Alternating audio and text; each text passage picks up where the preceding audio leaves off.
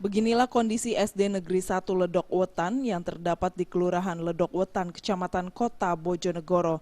3 bangunan ruang kelas di SD ini mengalami rusak parah akibat sejak tahun 1986 sampai sekarang belum tersentuh pembangunan dari pemerintah setempat. Kerusakan terparah terletak di kelas 3, 4, dan kelas 5. Hampir di semua ruang kelas tersebut mengalami kerusakan yang hampir sama, yakni plafon kelas yang jebol dan kayu atap bangunan yang sudah mulai lapuk termakan usia.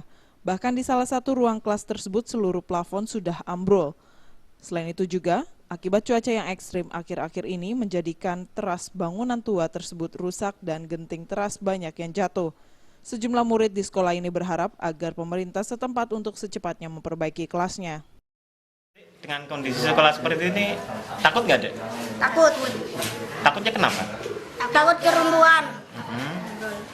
Ini sudah berapa lama, Dek, tinggal di sekolah, di ruang kelas ini? 5 tahun.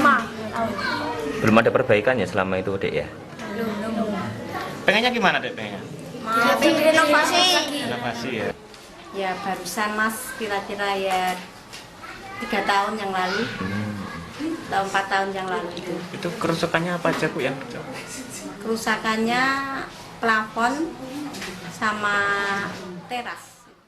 Pihak sekolah berharap agar para pemerintah setempat segera membangun 3 ruang kelas yang rusak tersebut. Pihaknya juga menambahkan bahwa pihak Dinas Pekerjaan Umum Bojonegoro juga telah meninjau lokasi sekolah yang berada di tengah kota Bojonegoro tersebut. Dari Bojonegoro, Jawa Timur, Sumali Malwapati melaporkan.